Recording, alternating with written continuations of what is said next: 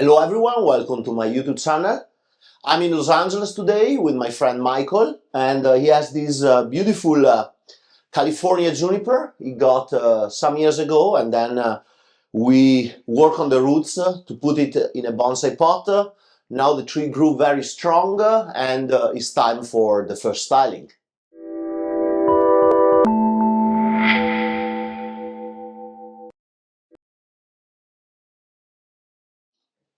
This material is a beautiful example of California juniper, very old. You can see from the texture of the deadwood, many parts when the deadwood of California start breaking and creating these flakes, means that the tree is super old, and basically the sun over the year cook the wood and basically make it exploding.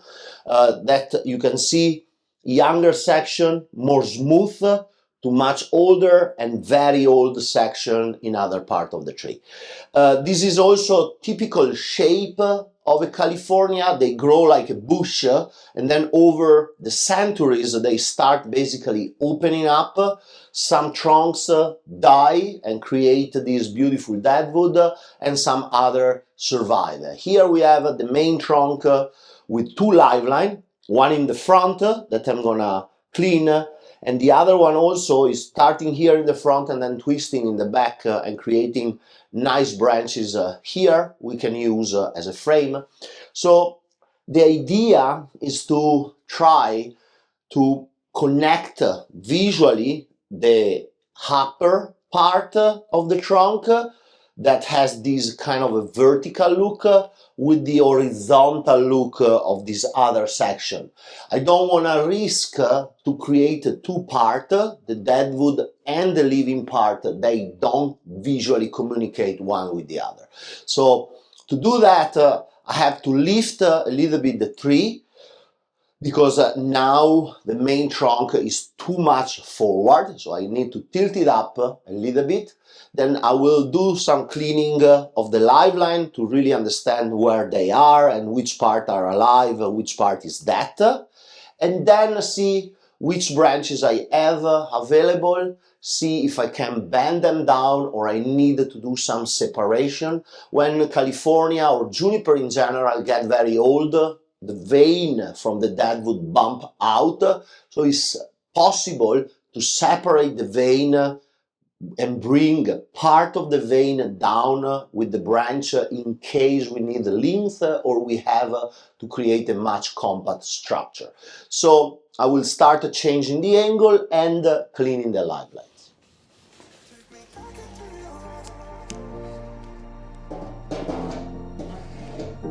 One moment, yeah, now I take it from here. Put it better. Grazie. Take me back into your heart.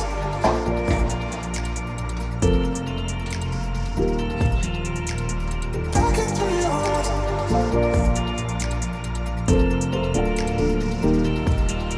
Take me back into your heart.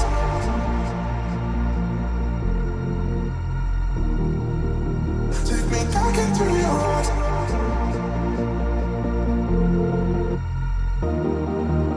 Take me back into your heart.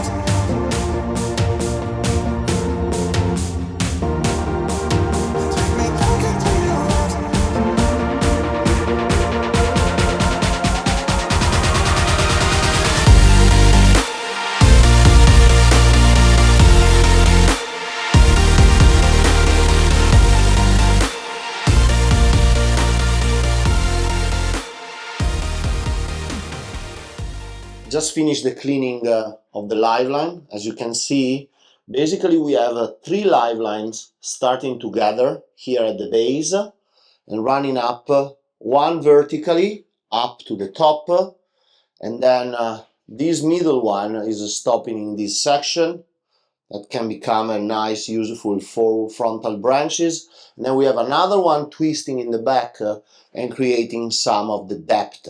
So my concern is about this straight piece in the front, so I would love to start working here and positioning some of these branches and see if there is an opportunity on detaching this live line in the top, removing part of the dead wood, and then be able to move and bend this section away from the dead wood in that direction, so I can basically create a curve and compact the tree more in that direction.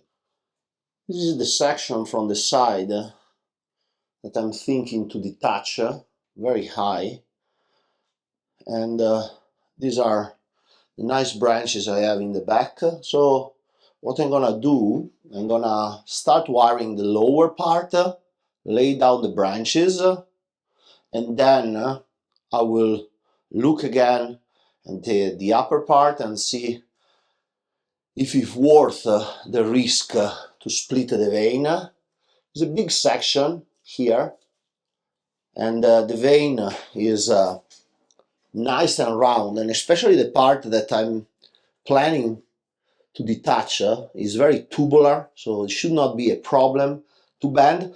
But I have from the top here to separate also a part of the dead wood together with the branches, because that will be the main issue. But this will solve totally the central part of the tree, and also I will compact more the tree down to the right. I just finished taking care of the lower part of the tree, especially building the back, creating depth, bringing branches around to frame the main trunk. I left this branch for later to position in a kind of intermediate part between this section and what I'm gonna do for the top. Try to move some branches also from the front towards the gin to really increase that directionality. And now what I'm gonna do, I will try to separate the live line on top with a saw, get the separation between the last part of the dead wood and the live line, and then with my bark splitter separate the vein in the straight central part, as I was explaining earlier, to be able to move all that section back and basically go against of this piece of gin that is in a more back layer towards the front, and fix it there eventually with a screw. And then from that point start laying down the branches. I will have a much compact apex, plus I will create a little slide movement in that straight section of the live line.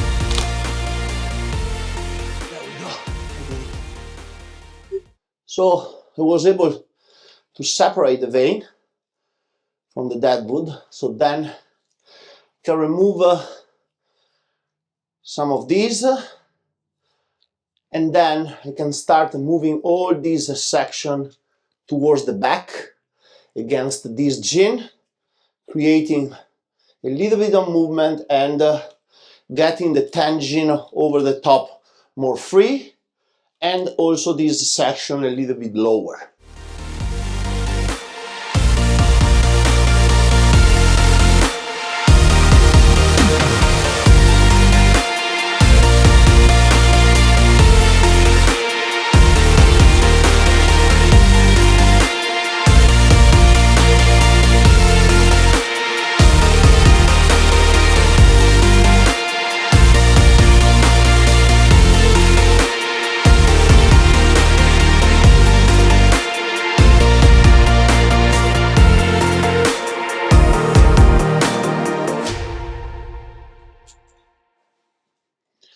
Now I apply guy wire with some tubing on the part that I just separate, and I can start pulling it towards the back.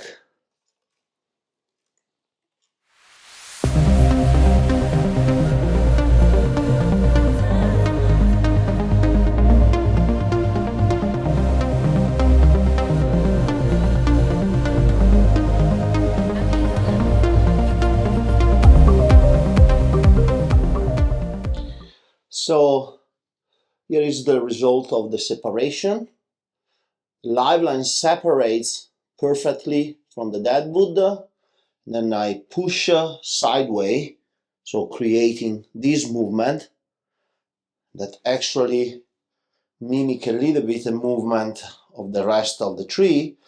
Now with the branch that I left from earlier, I can create a nice distraction mass in that position, remove some weak branches from the top, and then start laying down the rest to recreate the apex in the right part of this gin to highlight the overall movement to the right.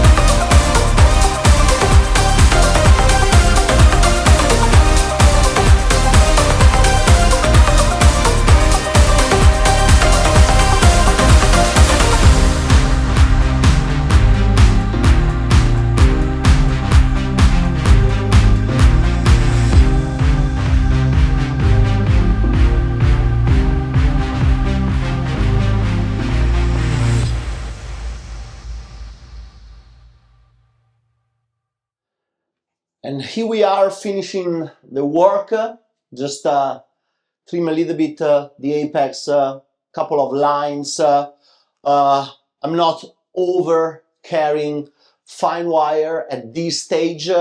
Most of all is positioning all the structure, as you can see, opening all the lines, allowing strength to keep going to the apex after the separation.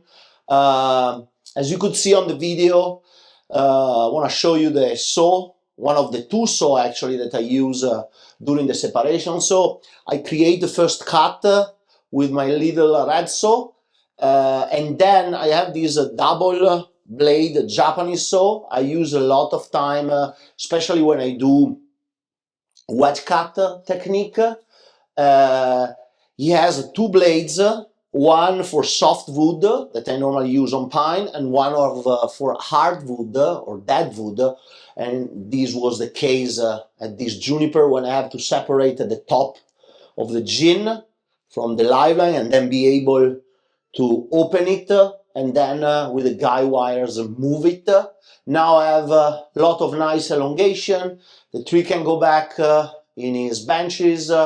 Heavy fertilizer, what we do here in LA, normally the year after heavy work like this, we heavy fertilize the tree, allow the still another good season to grow, let grow some of the whips, get extra branches, and next year we can start removing some thicker wire, framing a little bit more, concentrating into the pads, build more volume, and the tree is in a good way to become a beautiful bonsai. Also about the angle, we're gonna keep with this inclination for the season, and next year at the next restyling, we're gonna also repot. I think with this overall look and moving the live line to the right, all the nice dynamism of the tree get together. So I think I was able to match the vertical tangent with the horizontal